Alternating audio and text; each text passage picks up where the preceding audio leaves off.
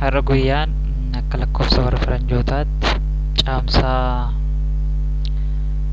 yookiin juun 3/2020 irratti argamna. Hunda dursinee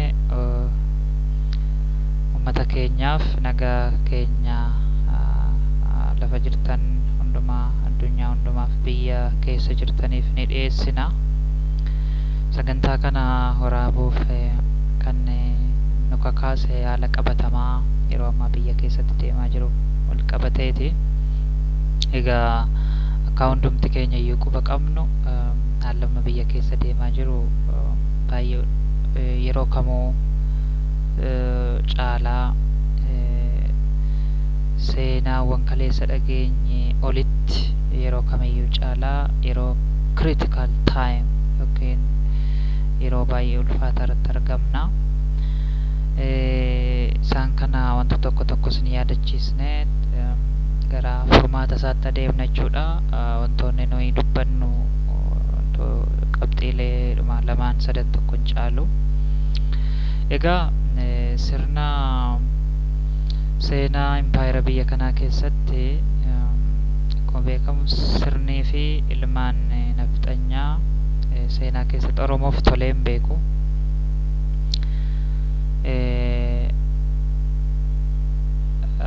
Haaluma wal fakkaatuun bara kana akka lakkoofsa warra Habashaatti waxabajjii 2018 kaasee dhalataa warra nafxanyaa nu fakkaatee nu keessa galee nu keessa oolee bulee nu keessatti guddatee dhalatee karaa fi bifa eegamneen gara masaraa kiiloo 4 seenee jiraachuun isaan beekama. Egaa waa'ee miidhaaf dararaa ilmaan nafxanyaa seenaa keessatti Oromoorraa dhaqqabsiisaa ba'e dhaloonni kun itti gaabbaa mataatti gadi qabachaa ciniinnachaa aaraadha kan inni yoona ga'e. Kaleessas Oromoon gootummaa dhabee sodaatee sirna jabaattiin kan irra dhaabatu dhabee osoo hin taane qawweedhaan jechuudha sabni keenya yeroo hundumaa kan cabu meeshaa ammayyaatiin. Amma immoo inumaayyuu wanti baay'ee nama gaddisiisu meeshaa ammayyaatti fayyadamanii saba keenya cabsuudhaan yeroo hundumaa kan isaan itti amanan qawweedha, humna. Kanaaf irra caalaa of ijaaranii neetwoorkii bal'isanii meeshaa ammayyaa qindeessanii namas qindeessanii ta'e jedhanii intentionalitti yaadanii itti deemanii jiran jechuudha. Keessumaa jaarraa 21ffaa jaarraatti walii keenya dhiisnee addunyaadhumatti yoo iyyanne nutti birmatu irra jirrutti taatee amma deemaa jiru wal qabatee uummanni keenya inni kaan afaan qabatee tiraajedii kana qaanii malee taa'ee yennaa laalu inni kaan immoo waan jedhu wallaalee fajajee yennaa dhaabbatee laaludha argina. Akkuma beekamu bara kana naannoo akkuma lakkoofsa faranjiitti weerarri vaayirasii koronaa jedhamu naannoo Desembar keessa yookiin sadaasa keessa investigeetii ta'ee addunyaarra faca'uun isaan beekama. Uummanni keenya biyyoota faranjii fi biyyoota garaagaraa keessa faca'ee jirtanis sababii kanaan biyya jirtanitti mana keessanitti akka dachaatan beekama. Sababa kanarraas kan ka'e sagaleen keessan illee baay'ee diyaaspooraa keenya baay'ee gadi bu'e. Sagaleen keenya baay'ee gadi bu'e. Uummanni keenya biyya keessa jirullee immoo akka ammaa kana ta'e jechuudha. Inni dakaa inni bahaa yookiin inni kibbaa isa tokko callisee ilaale. Akkuma beekamu tokkummaan keenya kaleessaa sun rincicuu bira darbee amma guutummaan guututti diigamuutti dhaqqabe yookiin deeme jechuudha. Akkuma beekamu warraaqsa biyya kana keessatti kan fidne warraaqsa qeerroo bilisummaa Oromootiin kan dhufedha.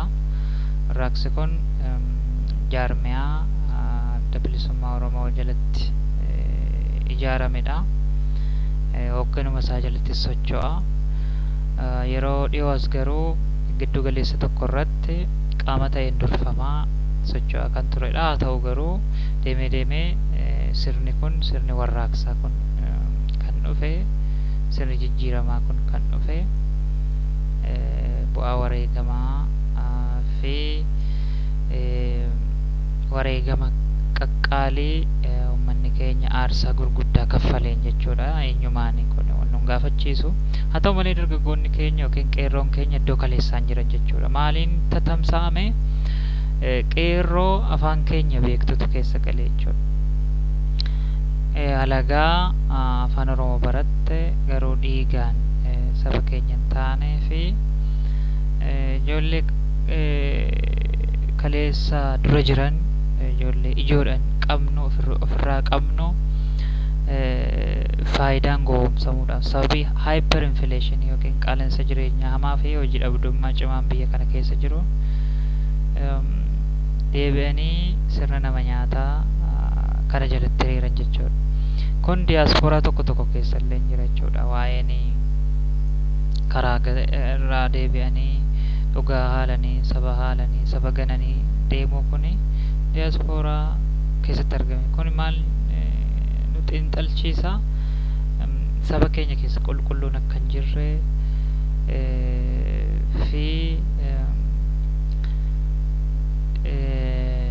namni maal akka ta'e, akkamitti akka yaadu, maaliif ejjennoo akka hin qabne, maaliif akka jijjiiramu, karaa biraa immoo kan gaaffii namatti uumee darbedha jechuudha. Kanaaf yeroos dhiyoos egaa akkuma hundumti keenya yoo quba qabnu ajjecha suukanneessaan ajjechaan jumlaa yookiin maaskiiliin iddoo tokkotti maasgireeviin gochuudhaan mana gubuu yookiin barnint isa jennu qabeenya barbadeessuu waan jennu dabalatee wantoota gurraa ijaan dhaga'uun namatti hin tolle jaarraa kanatti deebisanii saba keenya irraan dhaqqabsiisan jechuudha. Egaa sa'aatiin amma nu itti argamnu sa'aatii itti nama qaanessu, sa'aatii itti dubbachuuf illee nama yeellaasisu, isa kaleessa jenne caalaa har'a sa'aatii itti Oromoo ta'uu keenyaan nu gaabbisiisu yookiin immoo nu jibbisiisu irra jirra jechuudha. Kana kan fide tokkummaa saba keenyaa deebi'ee adda cabe. Akkuma beektan yeroo darbe dhimma kana balaaleffachuuf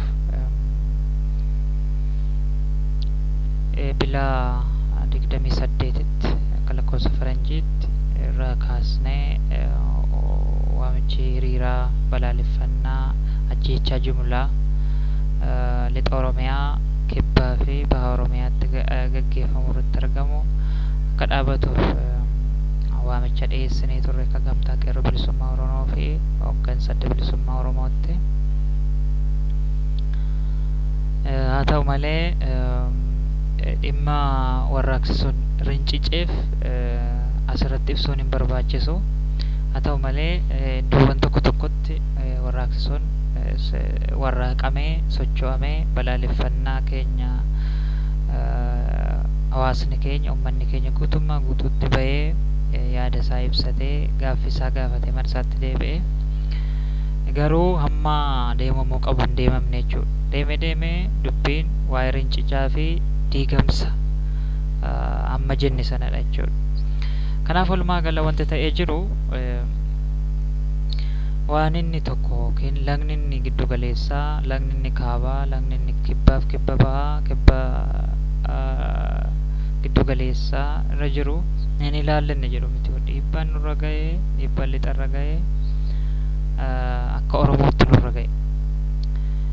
Kan nu cabnes akka Oromootti, kan nu waamamnes akka Oromootti baay'ee nutti dhaga'amee jira jechuudha.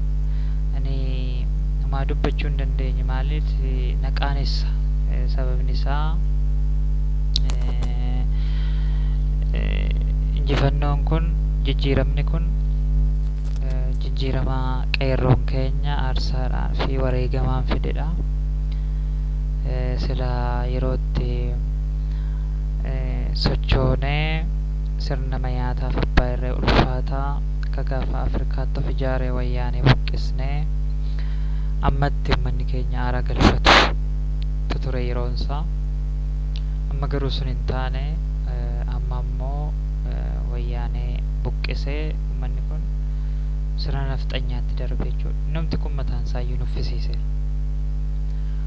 Inni biraan immoo filannoo karaa nagaa qabsaa'uu jedhanii uummata keenya burjaajessaniiru.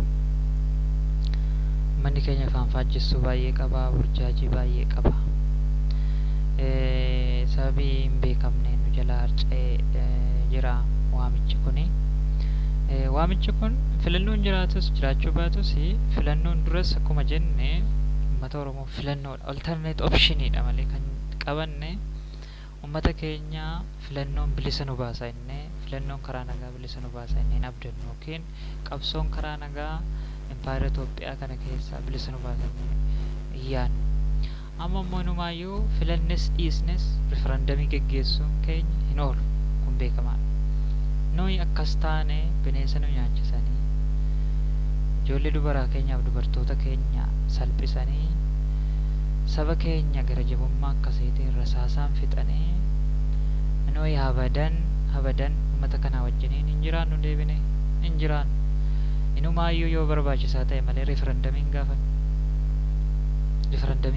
Referendamiin dhiyeessuun sababii nu hin dhiyeessineef uummanni keenya uummata hubannaa sadarkaa hubannaa garaa garaa irra jiru waan ta'eef waan nuyi yaanne sana argachuu dhiisuu dandeenya sagaleedha. Kanaaf nuyi akka Oromootti cabne akka Oromootti miidhame empire kana keessatti miidhame waan isin ajaa'ibeen dhiisne sabni kun irraa jalan qabu yennaan kana isiniin jedhu hundumtu tokkuma, hundumtu tokko yaada, hundumtu gara jabeessa, hundumtuu Oromoo ajjeesee jiraachuu barbaada. Achi keessa namni fooyyee qabu kilaasii akkasiiti, sooshaal kilaasii akka kanaati yookiin kutaa hawaasaa akka kanaa tuu gaariidha, garaa laafa wanti jennu jiru. Kanaa wanni nu baasu maa inni mirga self determination keenya, mirga separation up to succession jedhu article 39 sana hordofne mirga keenya gaafachuudha. Kana jechuudha. Kanatu nu baasa. Kanaaf nuyi filannoo karaa nagaa akka alternate optioniitti kan ilaalle malee guutummaa guutuutti bilisa nu baasa jenneen ilaalle. Karaa biraa immoo filannoo karaa nagaa akkamitti ilaalle kisaaraa xiqqoon hordofsiisa. Yoo ta'e innillee hin ta'a jenneeti hin fudhannaa innillee jennee ilaalle. Garuu sanaanis hin deemu. Karaa nagaa jedhame sanaanis hin taane. Amma immoo karaa isaan dhufaniinis qophii gaatu jira, humna gaatu jira, sun shakkiin hin jirtu. Wanni baay'ee nu gaddisiisu waa'ee mo'achuu keenyaatu hin taane waa'ee roorroo ajjeechaa saba keenya irra gahe, qote bulaa keenya irra gahe, dubartoota keenya irra gahe, dargaggoota keenya irra gahe, barattoota keenya irra gaheeti. Manni hawaasa keenyaa namne qabeenyi isaanii boroof balballi isaanii hin hafne, lubbuutti hin hafne, inumaa waanuman isin hin jedhen hin qabu. Kanarraa kan ka'e gaduma baane illee sagalee keenya dhageessifannee deebina. Yeroon illee yeroo hin taanedha. Yeroo namni walitti siqullee miti jennee sagalee walitti dhaammannus uummanni keenya waan burjaaja'eef kutaa kutaadhaan wal qoodee inni kaan duubatti hafee inni kaan waamicha dhaga'ee bahee jechaadha karaatti. Kanarraa kan ka'e waamichichi guutummaa guutuutti darbee jira. Karaa hooggansaa ajajaa waraana bilisummaa olaanoo jalatti kan hoogganamu hoogganni kuni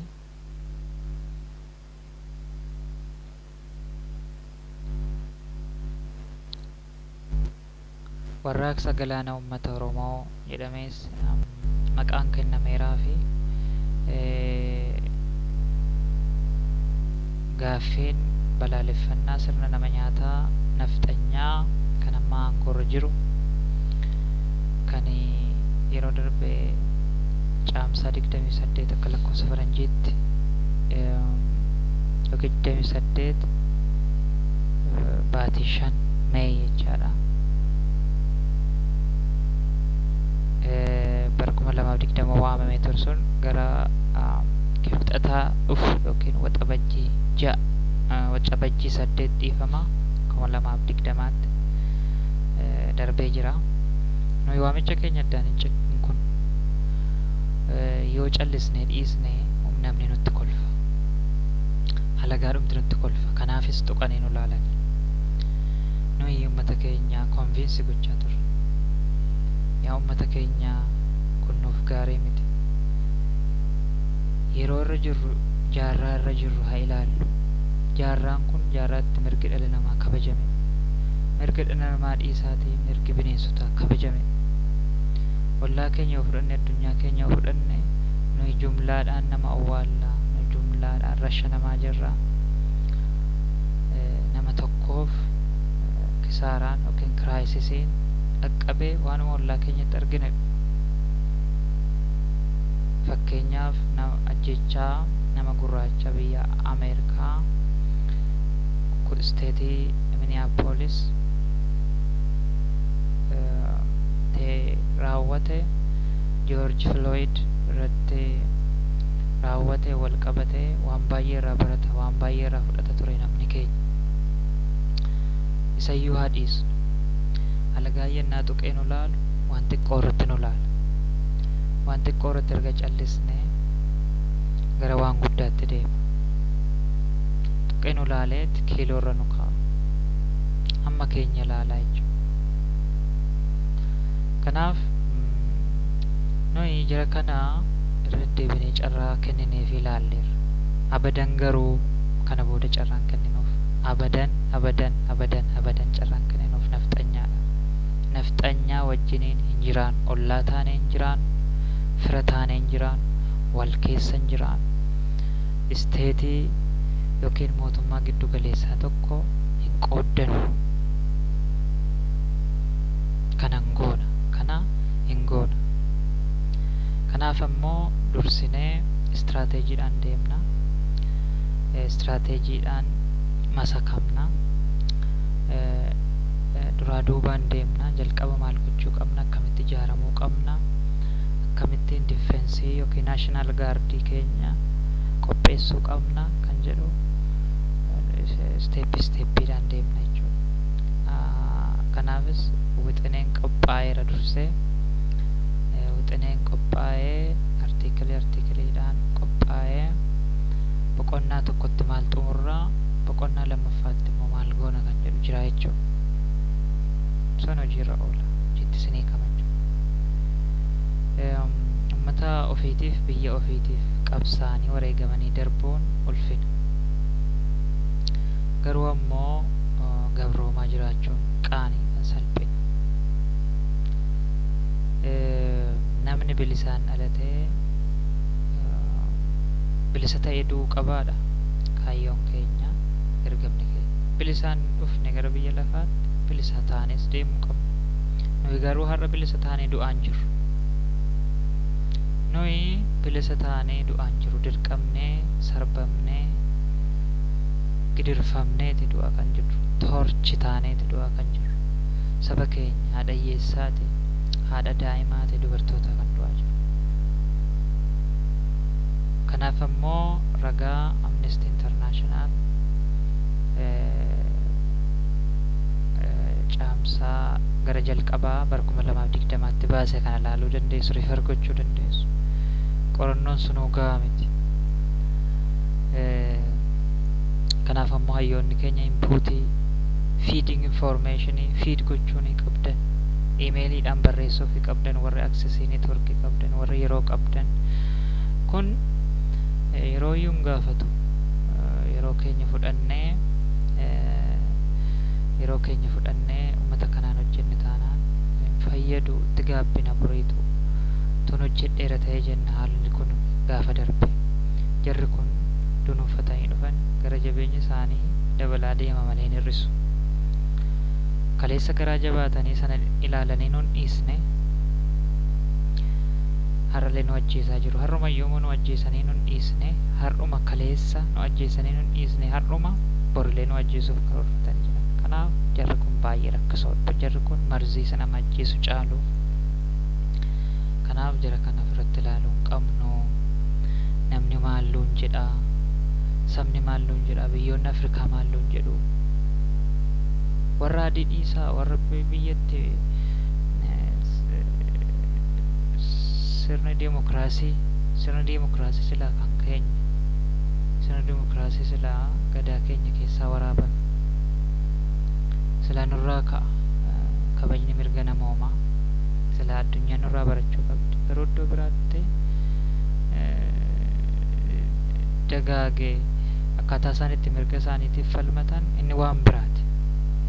Sadarkaa isaan dhiisnee sadarkaatuma Afrikaatti yoo ilaalle kun waan qaaniiti. Waan qaaniidha, waan nama qaanessuudha, waan hin dubbatamnedha. Lakkisaa yaa saba keenya, borgaabbii ta'a.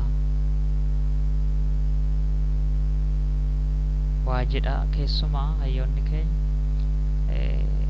namoonni tokko tokko komiirraa qabnutu jira. Uummata keenya Harvard University warri barsiisan jiru, Oxford namoonni keenya jiranii, iddoo garaa garaarraa hawaasni keenya hayyoota hedduu qabna akka galaana. Garuu hojii hojjetame sanaan qixxee miti. Hundumtuu hojii dhuunfaa isaatiif dursa kennee jira. Yeroon kennine saba kanaa, yeroo kennan kennine irratti hojjenne, imeeliin goone, imeeliidhaan hojiin hojjenne, bilbilaan hojiin hojjenne, qaamaan argamne hojiin hojjenne. Yeroo meeqa nuyi dhiittaa mirga namoomaatu jira, kakaleessaa walitti dabalamee ragaan qindaa'ee amma ICCtti maaliif hin deemamne, amma UN'tti maaliif hin deemamne? Akkamitti namni tokko kaleessa dhuftee Ameerikaa dhuftee UN irratti qeeroo himatee gale, keenya garuu namni waan dubbatan jiru, inuma uummatu waataa ba'an jechuudha. Baay'ee waan nama qaanessaaf nama gaddisiisaati. Hunduma keenyatti kolfama.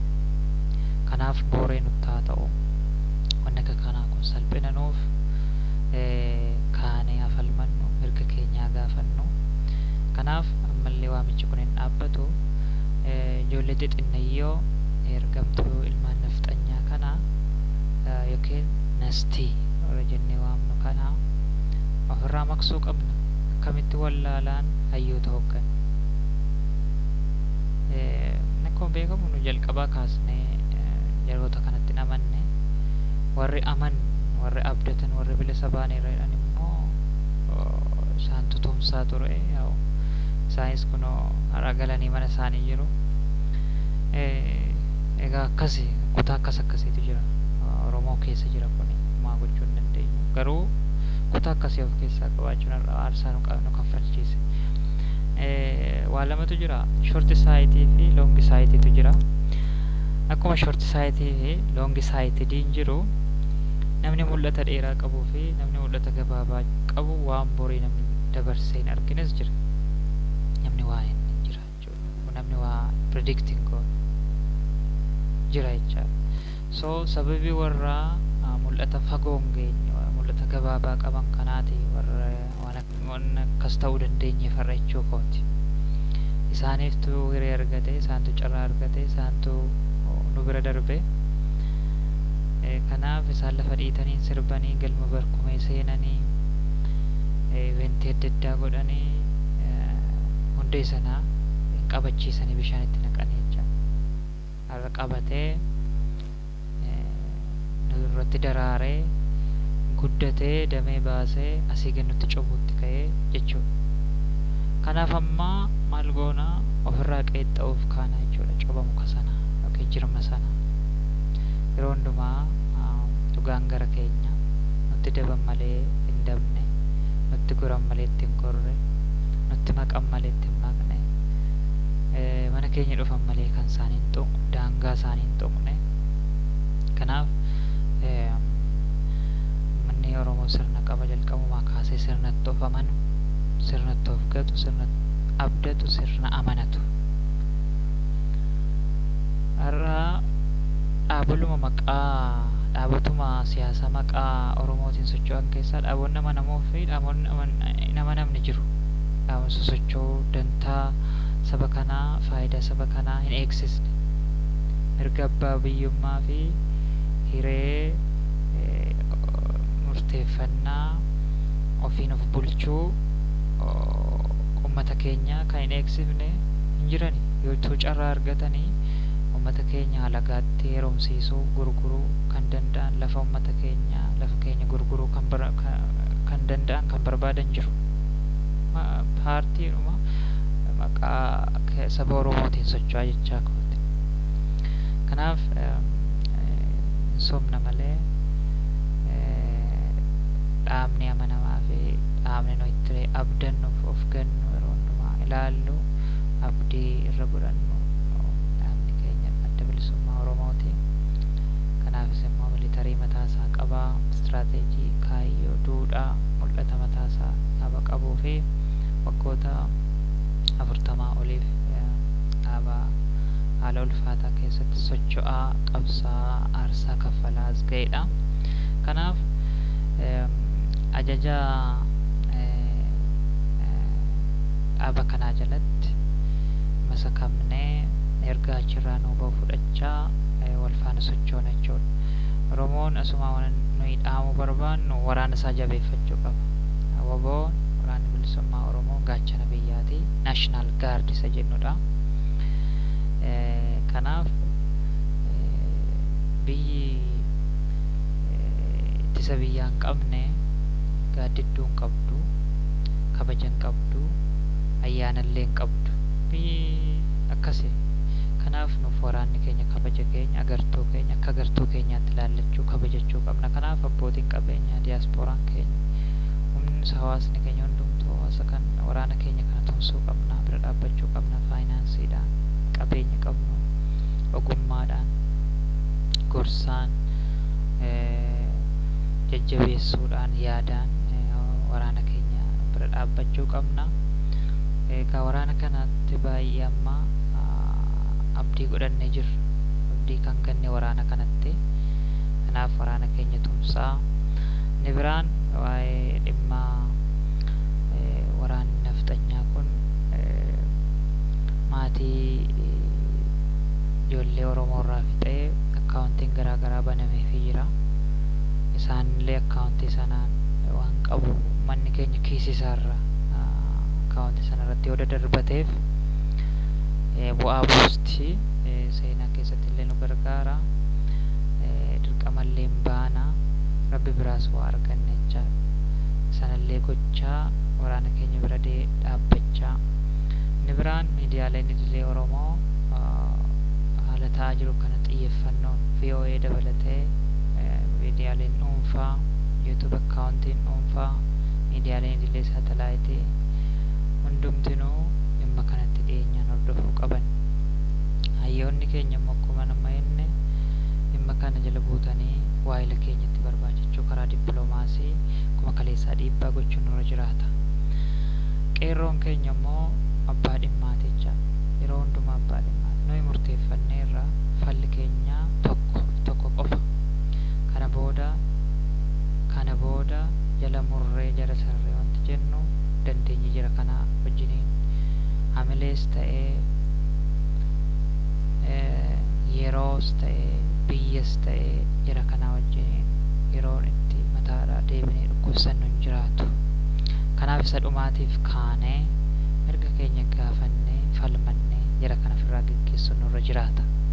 Kanaaf lafa jirtanitti bahaa, kaaba, kibba, giddu galeessa, lixa otoo hin jedhin irree tokkoon sagalee tokkoon kaanee sirna nama nyaataa ilmaan nafxanyaa kan qawwee ammayyaatiin ammas irra deebitee kan seenaa calanqoo fi anolee irra deebitee lixa Oromiyaa fi kibba Oromiyaatti raawwataa jirtu akkasumas iddoowwan garaa garaatti gochaa jirtu kanatti dura dhaabbannee isa dhumaatiif xaragnee haxoofnee biyya keenya keessaa baasuun nurra jiraata. Kana kan goonu tarkaanfii fi istiraateejii mataa keenyatti fayyadamneeti kan goonu. Kana ammoo karaa sabaa himaalee miidiyaa hawaasaa keessaan wixinee garaa garaa baasaa walii kennaa waan deemnuuf wal yaadachiisaa waan deemnuuf achi keessaa argattu jechaadha. Asirratti himuun gaarii miti. Maala goonu akkasa goonu sanaa goonu kun gaariin ta'u. Haa ta'u garuu wanti nuyi goonu maalinni yookiin wanti nuyi dubbannu caasaa isaanii barbadeessuu yookiin ciruu kaasuu jala hanga dakaa caasaan yeroo hundumaa uummata keenya keessa taa'ee har'allee kaleessallee kan ajjeesisu caasaa dakaa hanga olitti jirudha waan ta'eef caasaa sana cicciruudha xaraganii baasuudha jecha. Kana ta'uun beekamee hoogganni waraana bilisummaa Oromoo kan olaanaa irraa yeroo dhiyeenya kana guyyaa lama hin guunne asitti irra deebi'ee waamicha dhiyeessee jira. Nutillee waamicha dhiyeessinee jirra irra deebinee kan gamtaa qeerroo bilisummaa Oromoo fi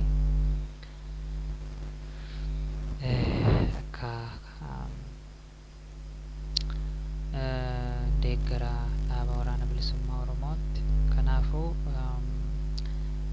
walitti dhufnee waxabajjii 8 irraa kaasnee wantoota gochuu qabnu hundumaa karra keenya cufannee kan Finfinnee cufannee kan godinaalee keenya jalqaba istiraateejiidhaan deemne nuyi. Istiraateejiin nuyi ittiin deemne tokko waraanni kun kan inni hojjechaa jiru magaalota keessatti osoo hin taane yeroo ammaa baadiyyaa keessatti aanaalee baadiyyaa Oromiyaa keessatti. Kanaaf aanaalee baadiyyaa Oromiyaa kana waraanni kun akka hin seennetti godinaalee isaaniirraa bilook gochuudha. Aanaalee sanaa fi godinaalee sana adda baasnee karaa ofii cufuudha jennee itti deemnee isaas namni dammaqeen goone hin dhiisanii jechaadha ijoolleen keenya. Lammaffaa immoo akka filannootti kan nuyi keenye dhaabni ibsa baasee karaa nagaa mootummaa wajjin negosheetu godhee waraana kana uummata keessa akka yaafatu kaampiisaatti akka dachaasu gochuudha. Sunis hin taane. Sadaffaa irratti FXG sadhumaa uummanni keenya mirgasaa akka gaafatu salphina kana taa'ee kan simanni reeffa qofa akka hin lakkoofne du'ee awwaalee qofa boo'ee akka hin teenye akka hin galle kaanee haa gaafannu jedhame iddoowwan baha Oromiyaa lafatti jalqabni qabsoon bilisummaa itti qabsiifame fi lixa Oromiyaa lafa qabsoon bilisummaa Oromoo hangarraa jiraatee ture. Naannoo kanatti waamicha isaanii fudhatan iddoowwan tokko socho'an jiru. Kanaa achi namni biraa kutaawwan hawaa Oromiyaa biroon afaan qabatanii tiraajedii yookiin diraamaa sana ilaaluutti fufanii jookooti. Wanti kun booda waan nu qaqqabuuf tokkummaa keenyaaf illee gaarii miti, seenaaf illee gaarii miti. Walitti kan maqaa dhaamnu kan arrabsamnu kan inni uumammaa kan walitti kanaaf jennee gaafannee hin taane ammas irra deddeebinee sadhumaa carraa walii laanne jechuudha. Ammas hin jedhamu taanaan ammas namni uummanni Oromoo wal biran dhaabatu taanaan tarkaanfiin inni dhumaa maal ta'a? Inni arfaffaan naannoleen miidhame sun diina isaa ofirraa deebisee ofis bilisa baasee uummata keenyas bilisa baasee saba isaas bilisan baasa. Garuu naannoon irra tiraajedii kana yookiin diraamaa kana taa'ee ilaaluu filate bor yoo waa rakkate wal bira hin jirru jechuudha. Ifaa ifatti maal inni awuraajjaatti galaa jechuudha namni keenya. Kanaaf immoo filannoon harka abbaa keessa jira. Kana booda mana Oromiyaa Wallaggaaf sagaleen ta'u taanaan Gujiif sagaleen ta'u taanaan bahee uummanni kun diina kana ofirraa bahee deebisuun isaa hin oolu. Inuma du'a malee injifachuun isaa hin oolu. Bor garuu rakkootu uumama jechaadha. Rakkootu uumama. Bor rakkootu uumama. Akkuma kaleessa sanaa sabahaa Oromiyaatti ta'e sana fi kibba Oromiyaatti ta'e sanatu dhufaa jecha. Kanaafuu kana ta'uun beekame bara har'aa bara nuyi walii darbachuu dhiisiiti addunyaa nu birmachaa jirutti addunyaatti madneeyyuu sagaleen keenya dhaqqabaa jirutti nuyi teenyee roorroo walitti ilaallu nuuf salphina. itti gaafatama seenaa jalaa sin baanu dirqama lammummaa keenyaa sin baanu jechuudha. Kanaaf kana ta'uun beekamee qeerroon bilisummaa Oromoo naannoo jirtanitti ammumaa kaastanii qophii barbaachisaa akka gootan istiraateejii wixinee waraabsa keessanii yoo isin barbaachise saba himaa yookiin sooshaal miidiyaa irratti isinii diriirsuu gadhiisuu waan danda'amuuf sana hordofaa. Gareewwan gurguddaa garaa garaa wantoota nuti itti gadhiifnu hin jira. Sanas follow godhaa akka qeerroo qarree Oromootti akka garee Oromiyaa Miidiyaa Neetwork OMN Oromiyaa Miidiyaa Neetwork Finfinnee jedhu qeerroo qarree Oromoo kan jedhu peejiiwwan kana isinitti himaa jira. Peejii isin follow gochuu yookiin join gochuu qabdan guruppiiwwan kana isinitti himaa. Finfinneen seeraanis seenaanis kan uummata Oromooti kan jedhu guruppiin jira. Tiim Marroo, Tiim Lammaa Magarsaa, Tiim kana ABO Oromoo Liberation Front gruppii jedhu join gochuu dandeessu. Achi jalatti maxxansina. Gruppiin biraan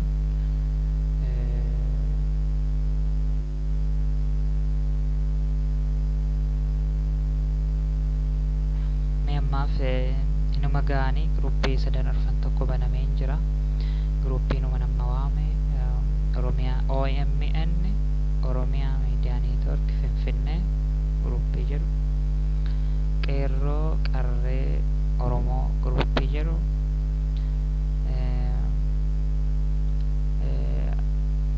Oromoo Liberation Front gruppii jedhu Jawaar Mahaammadiif KFO gruppii jedhu